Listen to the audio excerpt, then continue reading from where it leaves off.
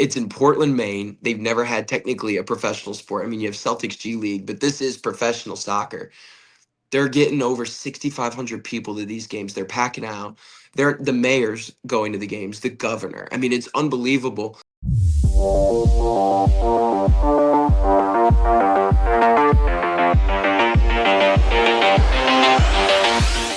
Great week, another great conversation.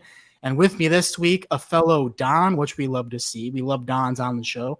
And an Eagle Scout, which we also love to see.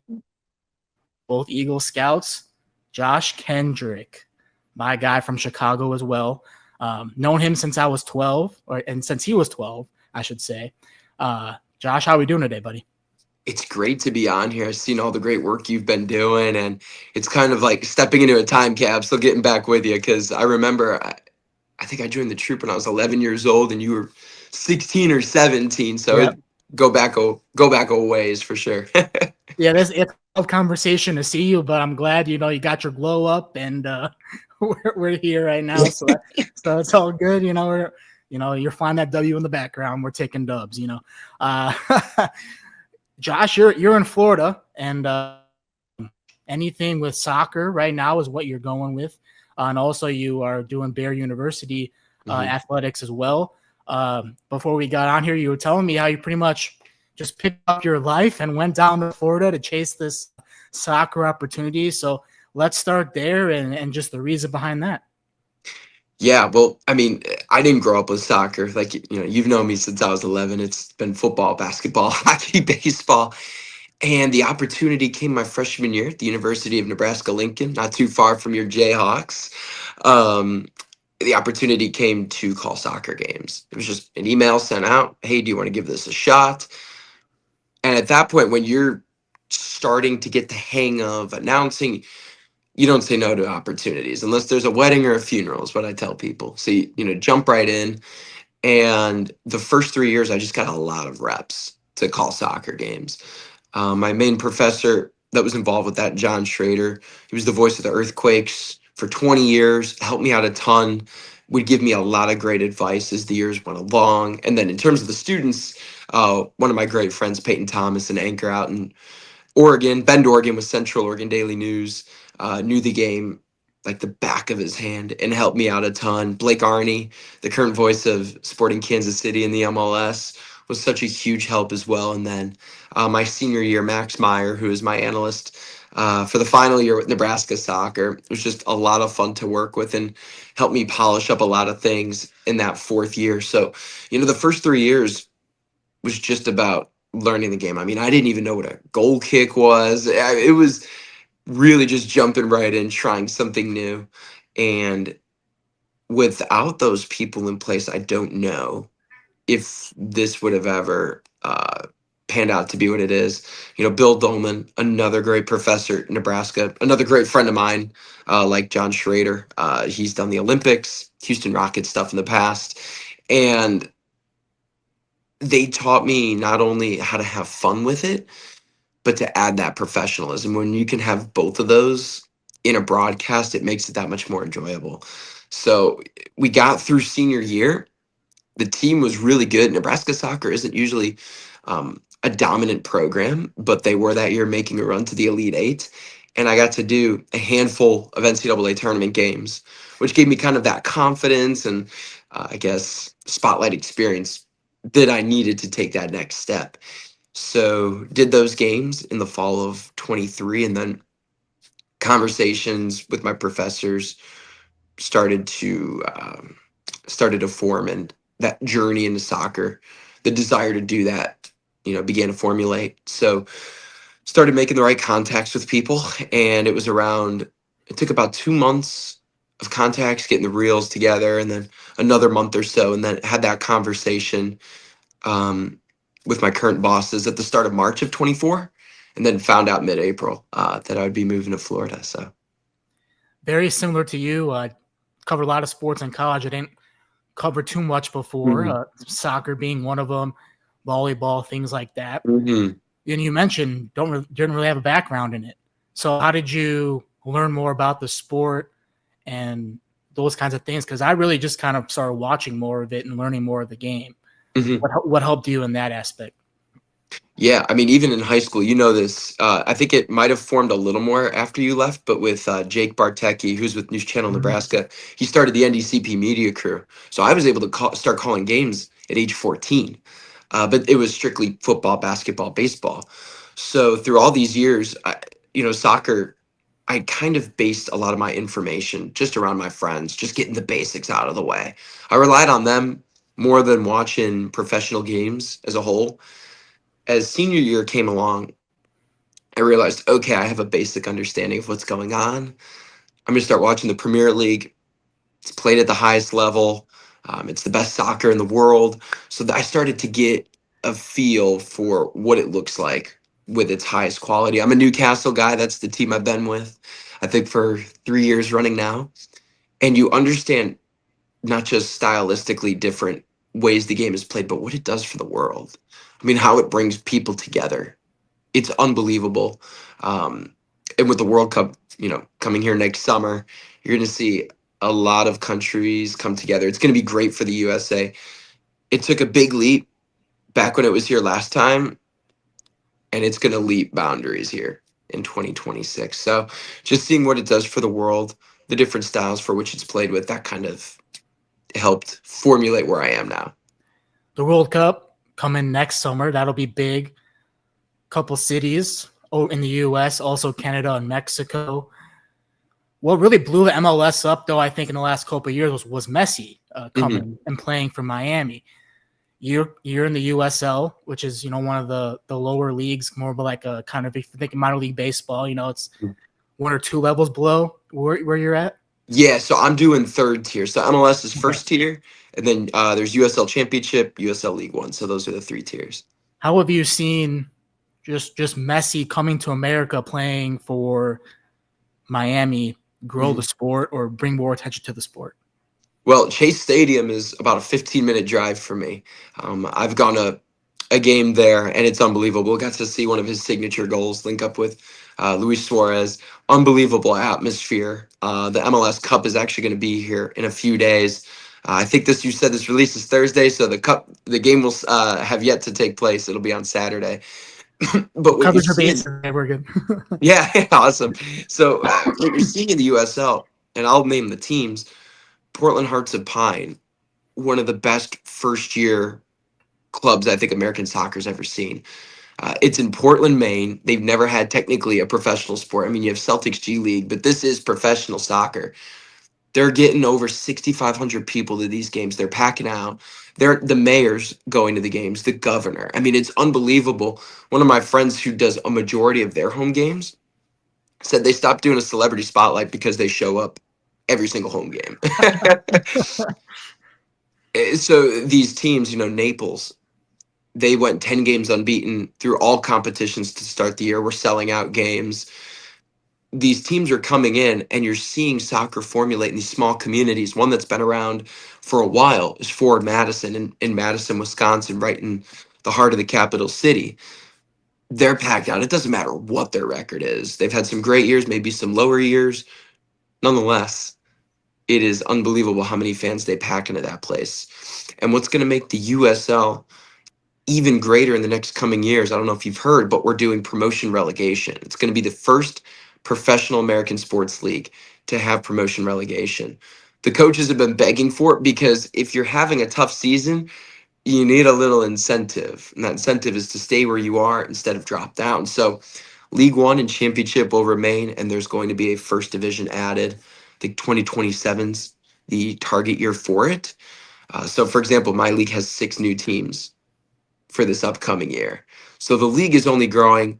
You're seeing soccer culminate in these small communities, and they have something to fight for. And it's really cool to see. Relegation, that'll be interesting. I mean, Mhm.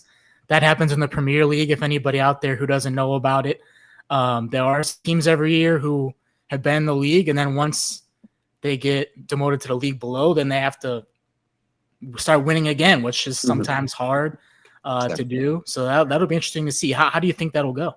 I think it'll go great because, you know, in America, we rely off the draft system. Mhm. Sometimes you want a tank to get a good player. It could take 5 years.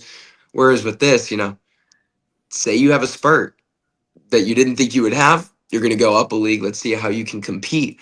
Or if you underperformed, you're going to go down. It gives you something to fight for every single game. And I talk with the coaches in our meetings before every single game each match week, and they're pleading for this. They are ecstatic about the idea just because, again, this is what makes the game so great in Europe, right? You know, you're going to see a fluctuation of teams. Player movement's going to be exciting to watch how that takes over, and you might get some surprise stories. I mean, you know, look at Wrexham in England. I mean, there's a whole thing Oh on yeah. Netflix about it. That's how crazy promotion relegation could be. So we'll have 3 tiers in 2027. I'm pretty sure. Yeah, I mean, I have a Wrexham hat, so there we go. Yeah, there we, yeah, I'm we big know on what's about. I'm big on the Wrexham train. Also, my roommate in college was a big Man City fan, Gotcha. so I watched a lot of Man City games. But with Florida, I mean, so you see like the Panthers have won Stanley Cup, so hockey's growing there, Hmm. and the Lightning had won a bunch of Stanley Cups before too. So you see the hockey growing there. Now you see that soccer with all that. So just to have sports be down in Florida and growing just the sport more, what have you seen from that aspect and just bringing new audience to the game? Yeah, I mean, you mentioned hockey. So the Lightning won in 2020, 2021, and the Panthers in 24, 25, and they lost in 23. The Lightning won in 2022 or lost in Yeah, 2022. So for 6 consecutive years, there's been a Florida team in the Stanley Cup final. And, you know, coming from Chicago, and we saw what those Blackhawks did and how it changed. I mean, they weren't even on TV at certain no, points in the mid 2000s. And now, I mean, I was at the game on Sunday. It's unbelievable the brand it's grown into. hmm Um, I mean, yeah, they're on national TV even when they were bad before Bedard between the Stanley Cup years. So mhm. yeah, It just goes to show. So yeah, the thing I noticed here, and a lot of, you know, my boss and his kids, they play a lot of hockey down here in the Broward County area, and they only have a couple ice rinks. It's so hard to get ice time because all these teams are playing. Everyone's getting into it. You're seeing Panthers gear everywhere you go. It's brought life to Southern Florida. So I think with soccer, while the love for it has always been here in Broward County and Miami-Dade County, to see a team succeed, that's different because when the passion's there, it's one thing. Like Chicago, we're always passionate about yep. hockey, but when your team is succeeding, the brand itself is growing at this phenomenal rate. Now you're attracting people who never even followed the sport, period.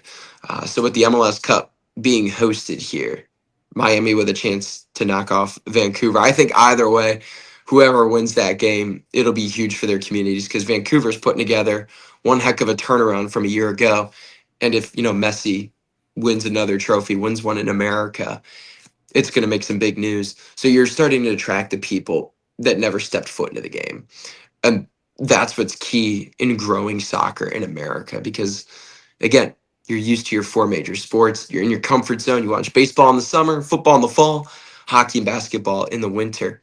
So now that they have something else to root for and it's fun to watch, that's what's making this game exponentially more exciting to watch. Anything to keep sports going and get people into Hmm. new sports and things like that. We love to see it. You also were part of, like you said, the NDCP media crew. Hmm. I wish I had that when I was there, but I did know that was what I wanted to do Hmm. in high school is cover sports in some type of way. I was involved with the newspaper and things like that. Um, but what was that original attraction for you with play by play and what made you want to do it as a profession? Yeah, I was 8 going on 9 when D Rose won the MVP with the Bulls. And I remember watching these games, Neil Funk and Stacey King. Oh yeah, And legend. yeah, you realize very soon, I probably can't do what D Rose does. But if I can bring the excitement into somebody's living room like Neil and Stacey are doing, then I could rest my head on my pillow every night saying, I'm doing what I love, making people happy. So that's where that idea formulated. So I was in 3rd grade when I said, okay, this is what I want to do. And then it's kind of, I mean, there's nothing you can do when you're in grade school. You could just say, yeah, I want to do this. So in 7th grade, I went to a Notre Dame open house. And right when I walked in the door, you know this with Notre Dame, it's Mhm. community through and through. Yep. Um, the vibe I got when I walked through the door right away. I said, okay, this is where I want to be.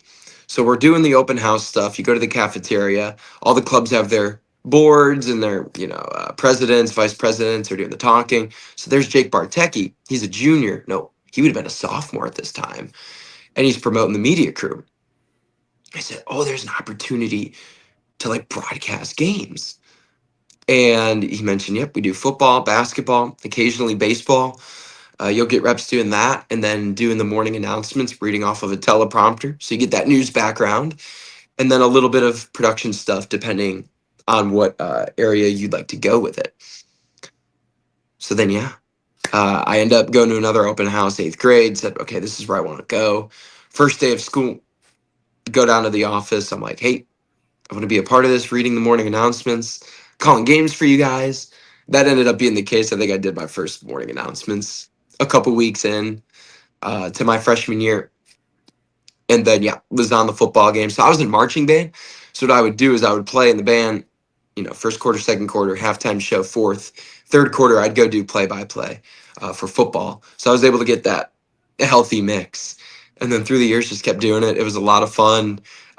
Football only got better at Notre Dame as I was there. We made the state semis my junior year with Ty Gavin and the guys. And then senior year, had really good one, but lost to Lincoln Way East in the playoffs. But it was just super cool to get to call games in high school knowing there's a chance that I could do this down the road.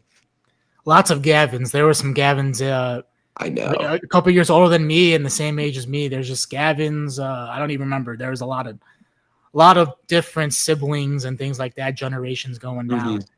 That's cool though that you got to do the play-by-play while you were still doing band and all those things. Mhm. What did that teach you about just like being able to multitask? Because that's like a big thing in our business too. Is like, people are. I see it on play-by-play announcers all the time now. They're like broadcasting their games live on like Facebook Live or Twitter or Instagram or whatever, and then also like you're doing your boards, but then you're also calling the game. Mhm. So like early on, what did that teach you about just multitasking, but also like being successful in that? Yeah, I mean, the one thing is you can't take yourself too seriously because if you're getting way too intense in the moment, you're gonna, fluctuate negatively in some sort. So it taught me you can do what you love as long as put your mind to it. And that was kind of the mindset I went with it. Would prep a little bit during the week. In high school, when you're in high school covering high school football, there's only so much you can do. But Bartecki taught us how to be prepared. I remember for my first basketball game, he took us into the I think it was P Van and Caustic's room where they taught health class right across from the gym. And on the Legends, Notre board, Dame legends. Yep. yeah, right. And he had written down 3-star players for each team, what they're going to do, how they're going to do it, what the coach looks for, how their season's going. So maybe not so much that first football season, but after my first basketball season, I realized, okay, this is how you go about it. Okay. So Bartecki kind of initially taught me how to prep the right way for a game, even if you're just a high school student. So I guess with band and calling the games, it was just living in the moment, having fun. But it did kind of teach you, okay, you're always going to be doing a million things at once. You're never going to be doing one thing. And that's kind of where I got the first taste of it. I also saw that, you said you were in band, but you were also part of a band or used to be part of a band that you started. Mhm. You were the drummer in that Kansas Thorns, which Mhm. is great that you put Kansas in there. I love that. Yeah. Uh, what started that?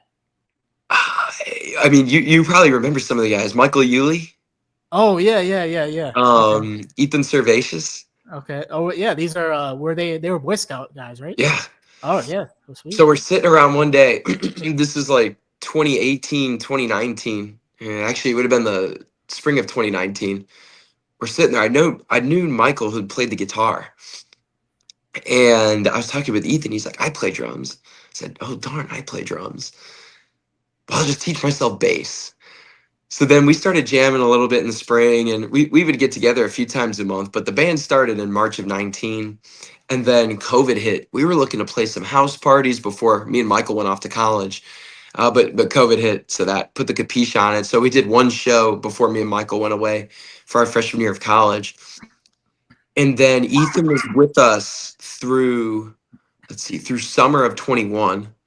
And then I started meeting a few more people. So in the winter of 2020, I met through the Fitzpatrick brothers. I was at their house. There you I go. met of more names, yeah. So I met this kid named Clayton Fayer who went to school with Declan and played the bass.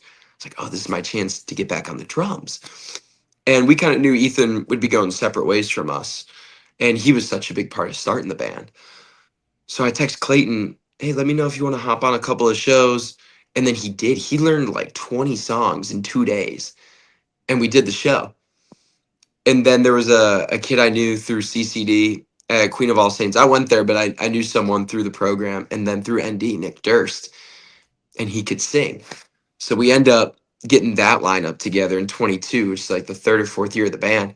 So we start going around to pubs in Chicago. Like, will you let us play? We'll play for $200. We'll play for free even. So we did like 11 shows in a month Wow. that first summer. So then we come back for winter. We did like 5 shows in 10 days. So that summer we said, because I knew I was going to go into sports, I said that final summer, I said, everyone leave your calendars open. Just let me book a bunch of shows. We ended up doing 20 shows Wow. that summer of 23, and we had so much fun with it. We recorded an EP, which I accidentally got deleted off of Spotify. I don't know how that happened. But it was fun. I'm We gonna say recorded I some need to music. listen, man. Come on. Yeah. So we recorded a few songs. Every show we'd play, we'd do originals. We do about a dozen originals, which I wrote, and then we cover classic rock, which Nick would sing, and we had so much fun doing it. We got to headline the Cubby Bear right across the street from Oh Wrigley wow. Field. We were playing on the northwest side, turn a lot of bars that now consistently have live music, and it was just sometimes you got to go chase that other dream before you really set on to the sports casting. Because once you do it, you don't really have that time. I've Mhm. tried to find the time down here in Florida. I haven't. So I can really, rest easy at night knowing that I got to do it in Chicago. And then in Nebraska, I did it as well. I met this kid. It was January of 21, and he literally left University of Nebraska Omaha to come to Lincoln because the music scene was pretty decent. He said, I came with a couple things of clothes, an amp, and a guitar to start school here and be in a band. It's one of my best friends, also named Josh. We jokingly were the Joshes for a little The bit. Joshes, yeah, I like that. Yeah, that lineup. I think we had 8 or 9 different lineups of that band. And then finally, funny enough, my current girlfriend uh, became the singer. Hey, there you And go. then we had so much fun my senior year. Our bassist Gus Cottle had done a lot of work to up his playing. So that final year, we were headlining a bunch of shows, playing big venues, theaters. It was the most amount of fun I could have in my senior year of college. So to get to end those 2 bands on a high note, it was really special. The music world. What did you learn about that? And playing all those venues and just getting that sense of the real world before you even went to college and now the professional world. Oh, I'll tell you this, the music world, the sportscasting world are so intertwined. There's not a lot of people that have dabbled in both. Yeah, I was Adam gonna say Amin what. Yeah, what are the comparisons? Yeah. I think Adam Amin is the closest person. He's the current Oh yeah, voice of the Bulls. he's like the DJ. Yeah, He DJs downtown yeah, in Chicago. yeah. He's probably the closest person that there is. But it taught me, in those early days of the band, literally walking into bars, pleading my case, let us play type deal, and continue that forward and build a reputation, build a brand. I realized, okay, that can apply to the sportscasting world. You have to Mhm, be what's the word? You have to have that desire, that want mhm. to hit that next thing. And that's kind of what those summers with music taught me about sportscasting. That's really how I translated it. And really, your next success is built off your previous one. You have to Mhm. put in the time, put in the work. That'll eventually translate to good work, then better work, and then constant success. To quote Ben Johnson, "Good, better, best." Right? Good, better, best. That's what that sounds like right there. Yeah, exactly. And yeah, I mean, right now it's a good time to be a Chicago sports fan. Hmm. Bears number one seed in the NFC. Well, it happened in 2010, but that Hmm. was a long time ago. I mean, I was in 8th grade going into high school. So that was a time. This is a good time to be living in as a sports fan. We had Bedard on the Blackhawks. Hmm. The Bulls looked good there for a little bit. Now they're kind of down, but that's okay. Yeah, Uh, as expected. yeah, as expected. But as a Chicago sports fan living somewhere else, which is what I've experienced too, Mhm. what is that experience for you?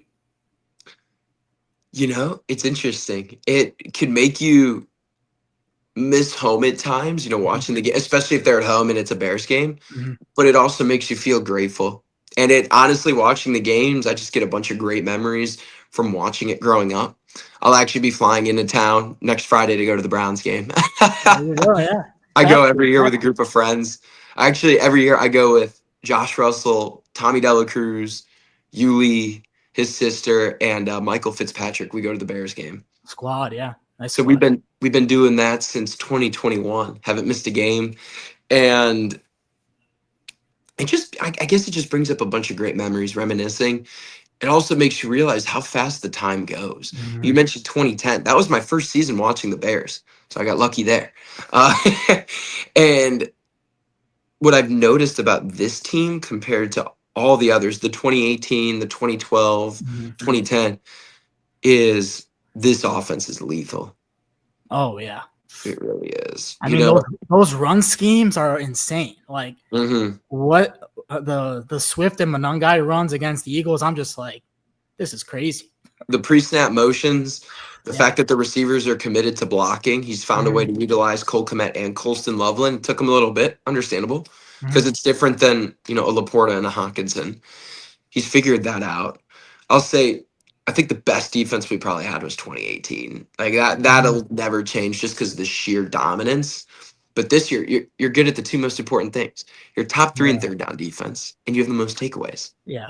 I was gonna say, yeah, like the corners besides Johnson, I mean, he's been injured, but Hmm. like Nashawn Wright, I mean, the dude is not great in coverage, but man, he like just knows how to find the football. I mean, you look at that tush push where he just pulls the ball out of Jalen Hurts' hands, like it's insane. Like they Yeah, just know where the ball is. It's wild. and that'll win you the big games. Yeah. Are you cool with him giving up well, let's see, what was that? Are you cool with him giving up maybe 60 yards in the air on one drive? Oh, and conceding a touchdown, but then forcing a fumble that would lead to the game clinching touchdown. So it's Yeah, exactly. Yeah. a little more give and take. I think it's frisky football this year versus, that dominant defense. But, back to your question, it always makes it fun too when the teams come down here because then I get to Mhm. see them and rep my team in a different area, rep them on the road. That's always a great time. But it just makes you feel grateful that you have these teams in your life because, I mean, it's just like yourself, man. It's our identity. When I was in Fargo, I actually was only like 2.5 hours from Winnipeg. So I actually drove like across the border up into Canada and would go watch the Blackhawks play the Jets. Really? Yeah, and that was fun because I would go wear my Taze jersey, and Taze is from there. He plays for them Mhm. right now, and people would just be like rooting for the Blackhawks because Taze was on the team, or Mhm. because Taze was on the team. People were just they were Blackhawks fans other than Jets fans because they like Taze, which was cool experience. Plus, like I wanted to see a hockey arena in Canada, like just Okay. the environment of that, and it's loud the whole time. Like in Winnipeg, especially, like you might have seen the playoff games, like they have whiteouts, so the whole Mhm. arena is just wearing white, like waving these towels the whole time, and it's Mhm. loud and it gets crazy up there for hockey. And then when I was also would go down to Minnesota for Vikings games sometimes, and US Bank, like that might be. I haven't been to all the NFL stadiums, but that might be like the best environment that I've been in, Yeah. just with the school chants and Mm. like everybody's engaged and like they treat the media so well there too. I'm not trying to like go on a, you know, we're so great to be media, but I Yeah. mean, they treat everyone so nice there. Like everyone has their own spot in the media area. They have food like the whole game, Mhm. and they give you field access before and after. Not a lot of teams do that, and then like you get to go into the locker room and things like that. Mhm. It's just a great environment. And you also mentioned though too, like that's like the friendships and connections you make. Like you had the connection to go down to Florida to call soccer. Hmm. You have the connection to go back and watch Bears games. So you make those connections early on. And with you, that was like within the Boy Scout troop. So we're both Eagle Scouts.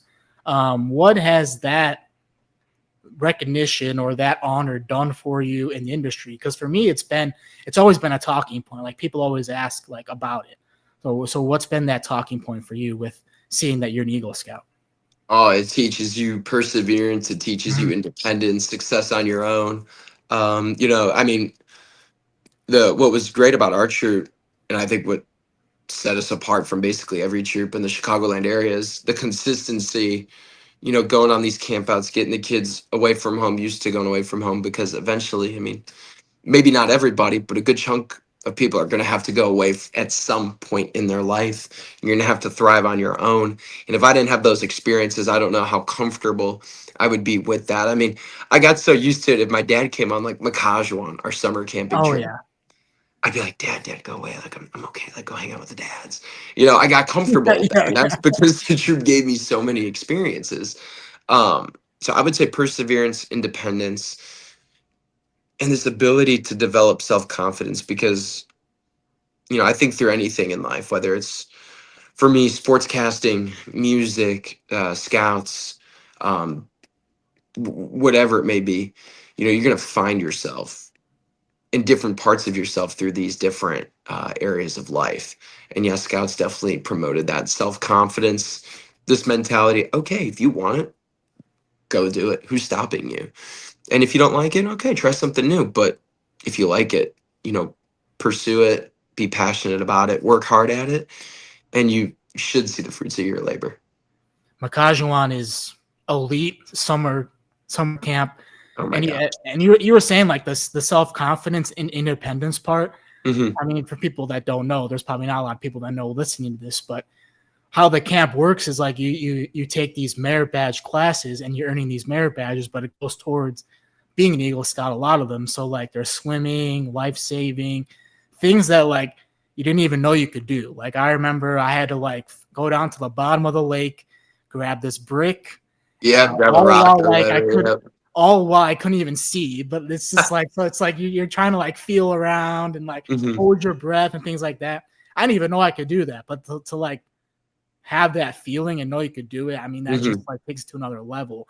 And there's been some like great stories too that I always have from Makajuan too, like Oh yeah. from our troop. Like I haven't really kept up with a lot of the guys from the troop, but like Hmm. if we ever got together at a reunion, like I'm sure we could like talk about just like other uh you know camps that or other trips that we went to as a Hmm. troop or Makajuan trips. I mean, those are just like lifelong lasting memories. Yeah, the high adventures. Those are the ones where you really find out a lot about yourself. I remember my first one was the Boundary Waters. Were you on that one in 2017 by any I was chance? not, no, because that was for like me. I was like getting more into like getting internships and stuff in the summers, so I wasn't able to go Gotcha. on them. But I did hear about it and it looked cool. So So I'm 15, and I ended up with basically what they do in the Boundary Waters. It's cool. You don't get a guide. They send you a path. They give you a map. They load you up with all your food. If you get lost, run out of food, that's literally on you. So for my group, I was 15 years old. We had a few dads with us. We had four other scouts, but I was like, let me do the map. I didn't know I could guide us through 56.5 miles of being in the backcountry, basically Canada. So again, it's self-confidence, memories. That's what it's about, and it really does prepare you for the real world, 100%. I think if you have the right leadership, which we 100,000% had the best leaders in the world, it's going to set you up for success. Mr. D, man, I gotta give it to that guy. He's one of the great guys, and I'm glad that he's recovered Yes, from his injury too. That was scary, but prayers up to Mr. D. He's one of the guys, man. I I was love that supposed guy. to.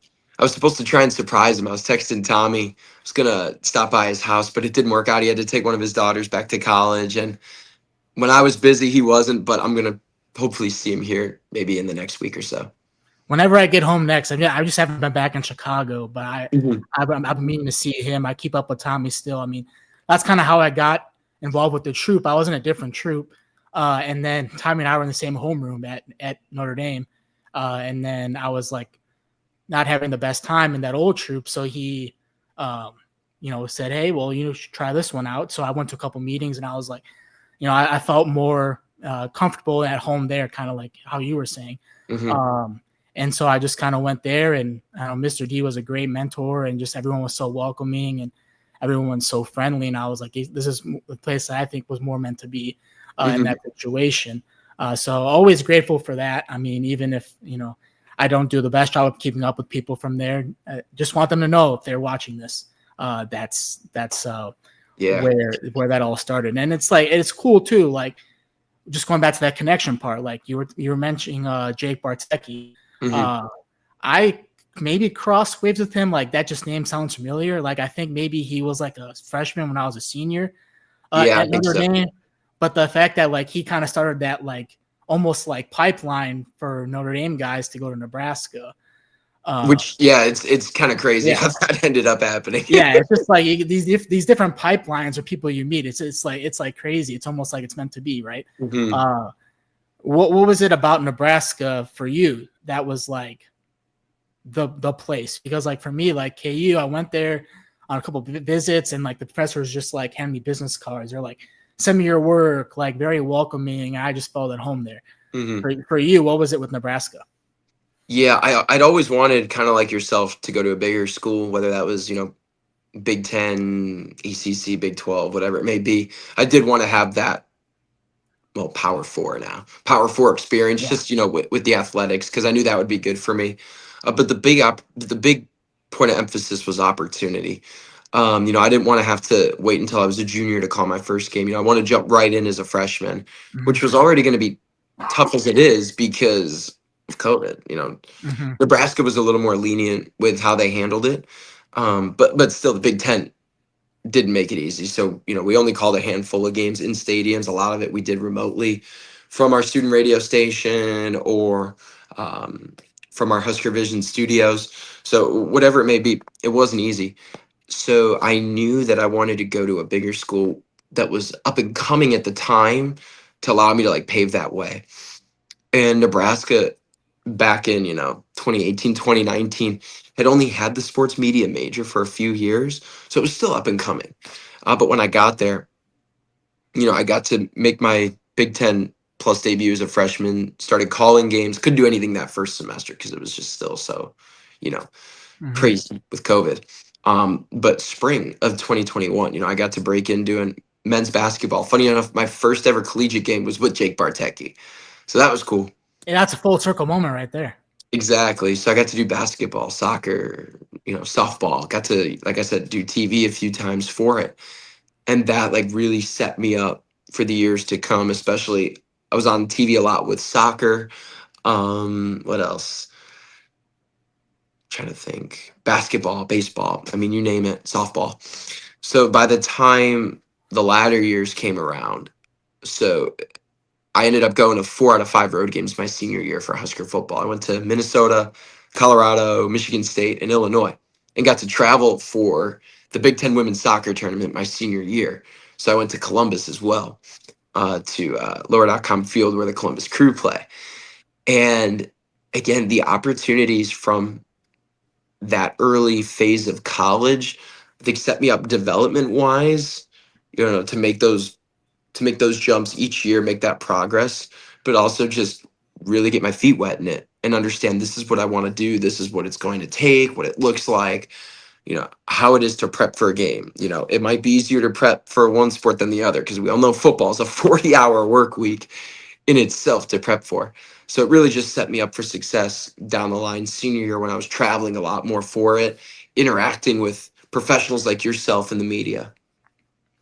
It makes you like almost feel like you belong there as well. Hmm. I remember my senior year at KU.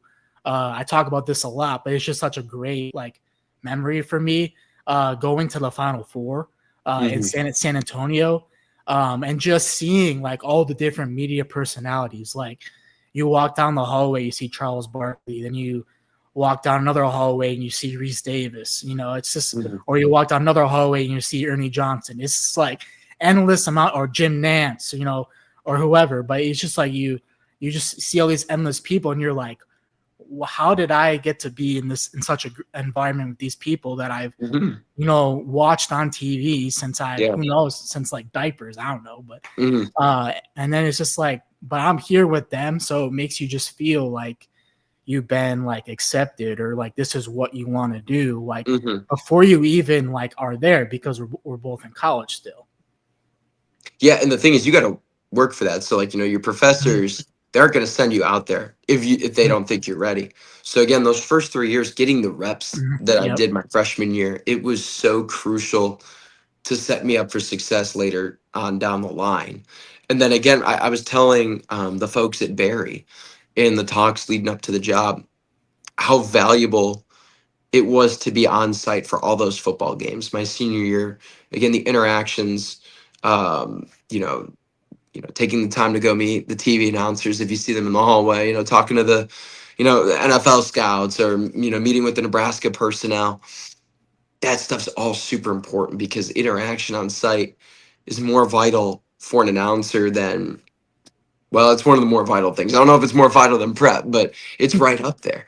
And that's what that experience really all taught me. And it gave me kind of that insight. Okay, this is how to act in these scenarios, go about Mhm. your business. Super important. The first one I ever did was my junior year. I got to go to Michigan, got to call Came in the big house, but Nebraska lost like 38-3. I've watched a lot of the Iowa Nebraska games the last couple of years. Matt Rule, I mean, what he's been slowly bringing this thing up. Mhm, I think one more win and they have the best record in a while. I don't remember the exact years, but I was mhm, watching the game. They said get to 8 wins. It hasn't happened in, I think it was like 6 or 7 years. mhm. What have you seen from Matt Rule and what he's done for this program to get it out of the, I guess, the dump, or what do Yeah. you want to say? Well, I guess we can use that word. Yeah, culture's a big part of it. I mean, you can have all the talent in the world, and I think they've had that before. Again, 2021, they're the greatest 3-9 team ever. 8 of their 9 losses were by 8 or less points. The only one that wasn't was Ohio State, and that was a 9-point game. So they've definitely had the talent before to compete with the country's best, and you get that with the Big Ten. You're always going to get great games.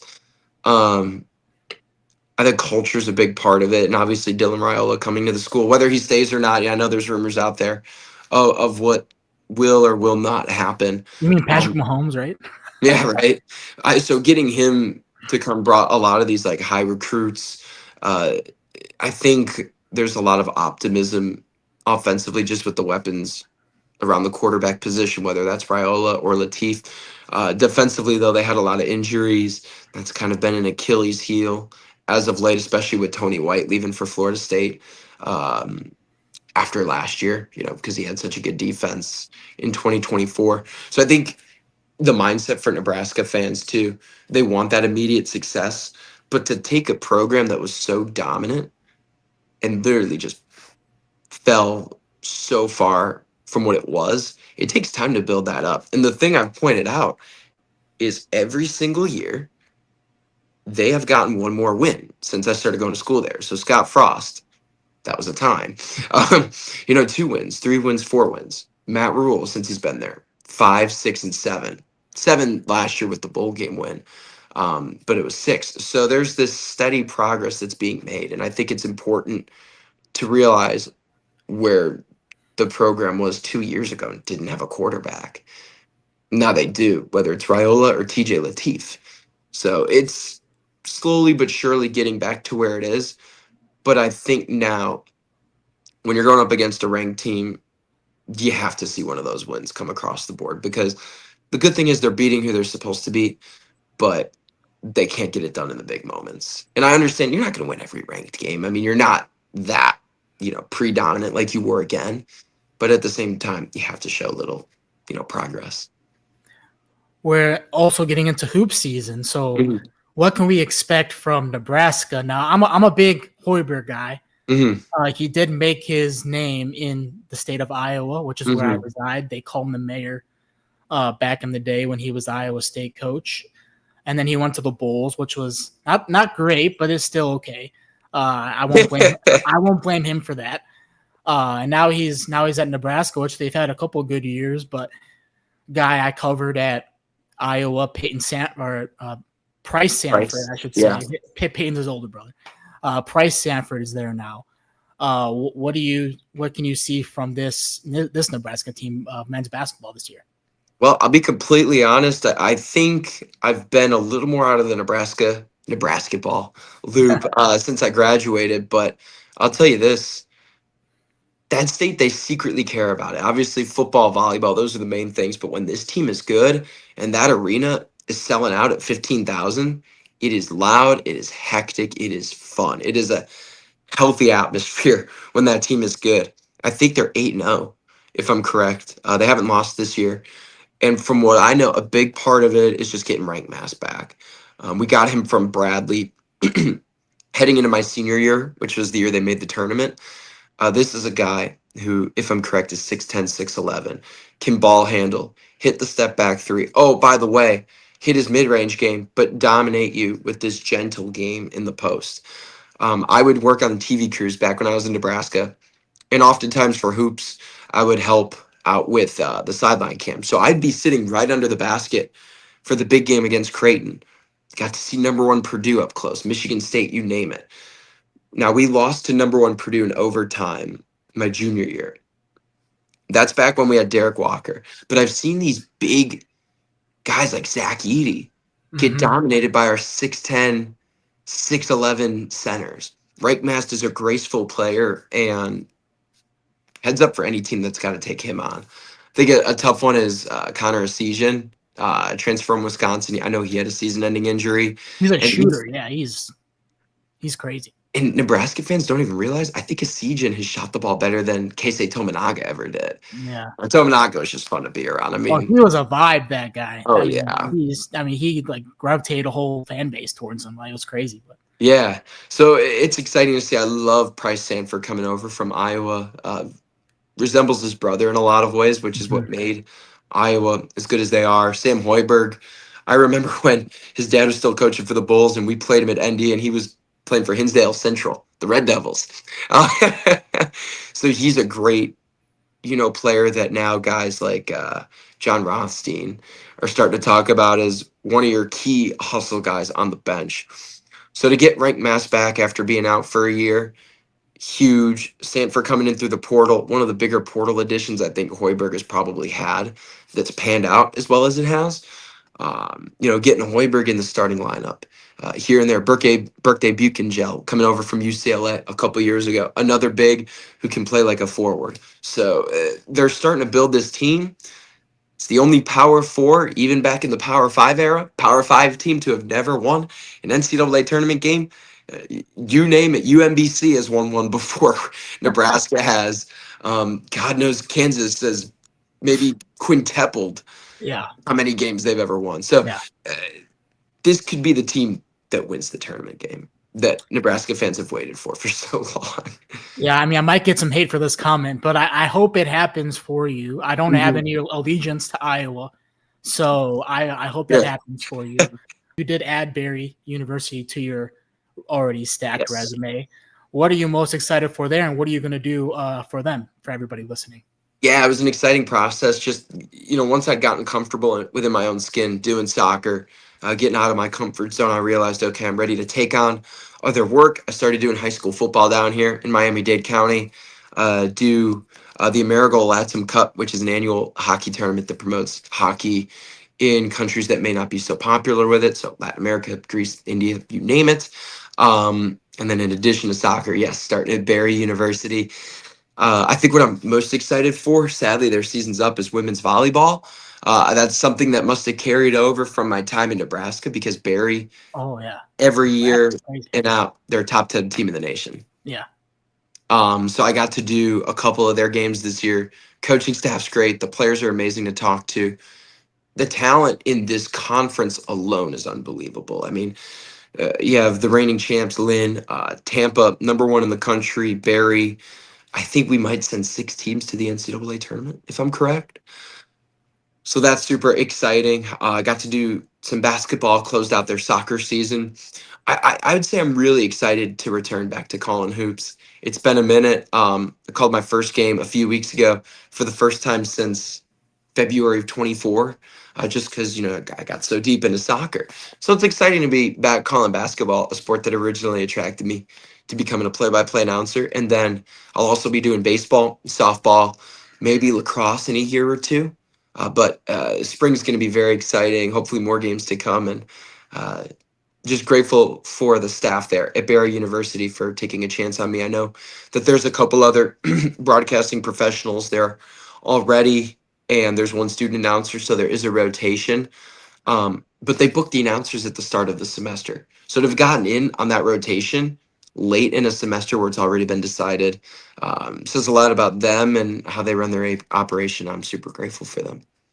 And if you didn't know, Shaq, he Mhm. did get his master's degree there, or his teaching Yes, it degree there. did. And did you have Sister Sally when you were at ND? Sister Sally. She might have Ooh, that, she might have that retired. She might have retired before you got there. No, I think I never had her, but I think she was there for 1 year, maybe two. So she actually graduated with Shaq there. They were in like the same grade. What? So little old Sister Sally, the great lady that she is, like 4 foot whatever 10 or whatever 9, with Shaq. She showed us this great picture like when she was our teacher, of her and Shaq, which was cool. So that you got there you go. There's your little more connections for you. We're connection. Okay, so I know Shaq through Sister Sally. There you go. How I like to end a lot of the podcast is just, you're into this thing. If for anybody who wants to do play by play, and do what you're doing, have the opportunities that you've been, and getting more opportunities as you go as well. What's the biggest piece of advice that you have? I would say you have to have this restless approach, but you also have to have a healthy mindset. And the big three I learned, and I'll be honest, first couple of months of soccer, I was struggling because I'd take myself so seriously, and I felt for some reason I felt like my job was on the line every night. Mhm. I mean, I didn't have the greatest mindset. So one day I sat in my car and I told myself I wouldn't leave until I figured this out. So I sat in my car for an hour, make improvements, learn, be willing to learn, but you have to have fun. If you're willing to learn, well, I'd say if you're having fun, you'll be willing to learn, and then those improvements will stem from it. So that's the big advice is, take yourself seriously, have a healthy ego, treat others respectfully, and understand that this improvement is naturally going to come. I'm far from perfect, right? Mhm. You have a blunder here and there. I've had great games, I've had some rough games, and some okay games. But you're in this journey, and as long as you're continuing to add work, and when you're not working, you're reaching out to people, sending stuff up. That's kind of what I'm going to be doing these next 10 days before I go home, is just putting the reels together, finishing up some other work stuff. But I would say just have a healthy mindset, but you have to be relentless in your search for opportunities. If you can have those two things, you'll find success. 100%. Yeah, that's what I struggled with for a long time, was the seriousness of it. I mean, you want to be good at your job, and you want to like know that that you belong in that setting. But at the same time, if you're not having fun, or you get too upset about making a mistake, you're just going to be more miserable, get in your head more, and then that's Mhm. not a good mental place to be in. So just to always have fun and never take yourself too seriously. That's great advice. Last question I always ask, Josh: where can people follow your work and listen and see your work as well? Yeah, for sure. If you want to see when I'm doing games, check my Twitter at Josh Lill 9, capital J, capital L. I'll post all my games, any clips that get clipped from stuff. LinkedIn's great. I'm always connecting. I max out my connections every week because I just think it's that important to Yep. connect with other professionals in the biz. In terms of reels and any highlight packages, it'll be on LinkedIn or my YouTube page. If you go to my Twitter, you'll find a link to my website, which will lead to my YouTube for life outside the broadcasting booth. Instagram's always great at the underscore JLil 1102. But yeah, I'd say LinkedIn, Twitter are the best places to find me. In terms of calling games for USL League One or USL overall, ESPN Plus For MLS Next Pro on Apple TV. For Barry University, that's on the Sunshine State Conference TV network. But if you go to the conference's website, it'll lead you there. For Miami High School Football, the 305 Plus network. And then I think when the AmeriGold Latam Cup comes around, that's on Sports Engine. So a bunch of different platforms. Lots of places to see your work, Josh. I appreciate you, fellow Chicagoan, fellow Don, fellow Eagle Scout, hanging out with me.